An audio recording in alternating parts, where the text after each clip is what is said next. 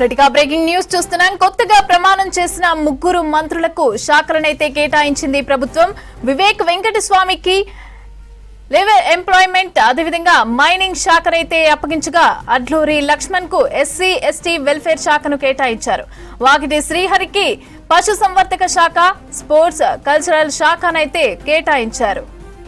రెడ్డిగా కొత్తగా ప్రమాణం చేసిన ముగ్గురు మంత్రులకైతే శాఖలను కేటాయించింది ప్రభుత్వం. ఇక వివేక్ వెంకటస్వామికి లేబర్ ఎంప్లాయ్మెంట్ అదేవిధంగా మైనింగ్ శాఖనైతే అప్పగించగా అడ్లూరి లక్ష్మణ్ కు ఎస్సీ ఎస్టీ వెల్ఫేర్ శాఖను కేటాయించారు. ఇక వాకిటి శ్రీహరికి పశు సంవర్ధక శాఖ, స్పోర్ట్స్ కల్చరల్ శాఖను కేటాయించారు.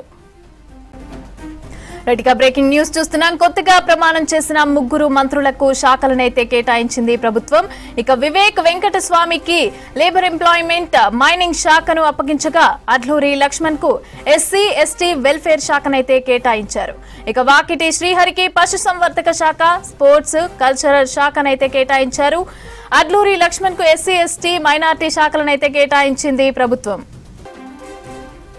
కొత్తగా ప్రమాణం చేసిన ముగ్గురు మంత్రులకు శాఖలను కేటాయించింది ప్రభుత్వం. వివేక్ వెంకటస్వామికి లేబర్ ఎంప్లాయ్మెంట్ మైనింగ్ శాఖను అప్పగించగా అడ్లూరి లక్ష్మణ్ కు ఎస్సీ ఎస్టీ వెల్ఫేర్ శాఖను కేటాయించారు.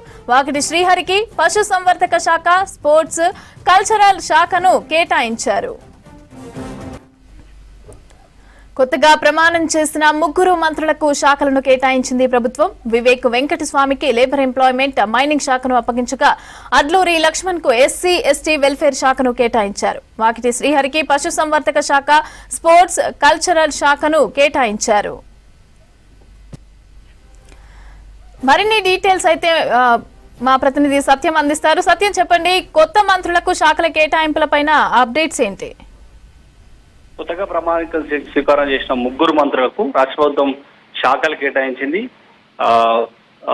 ముగ్గురు ప్రమాణిక స్వీకారం చేసిన వివేక్ వెంకటస్వామికి కార్మిక, మైనింగ్ శాఖను, ఎంప్లాయ్మెంట్ శాఖను 3 శాఖలు కేటాయిస్తూ రాష్ట్ర ప్రభుత్వం అధికారికంగా శాఖల్లో విడుదల చేసింది. దాంతో పాటు వాకిటి శ్రీహరికి పశుసంవర్ధక శాఖ, క్రీడలు, యువజన సర్వీసుల శాఖలను కేటాయించింది. ఇక అడ్లూరి లక్ష్మణ్ కి మైనార్టీ, ఎస్సీ ఎస్టీ సంక్షేమ శాఖలను కేటాయిస్తూ నిర్ణయం తీసుకుంది. ఉదయం నుంచి కూడా ఉత్కంఠగా పార్టీ అదేవిధంగా ప్రభుత్వంలో ఉన్న కీలక నేతలంతా కూడా ఎదురు చూస్తున్నారు. ప్రమాణ స్వీకారం చేసిన తర్వాత సాయంత్రం సీఎం రేవంత్ రెడ్డి డిశ్చార్జ్ చేస్తుంది. తమ వద్ద ఉన్న శాఖలను కొత్త మంత్రులకు కేటాయిస్తానని కూడా స్పష్టం చేశారు. దాదాపు సిఎస్ రామకృష్ణారావు దాదాపు సీఎం రేవంత్ రెడ్డితో 2 గంటల పాటు భేటీ అయ్యారు. భేటీ తర్వాత అధికారికంగా శాఖల కేటాయింపు చేస్తూ రాష్ట్ర ప్రభుత్వం నిర్ణయం తీసుకుంది. తెలంగాణలో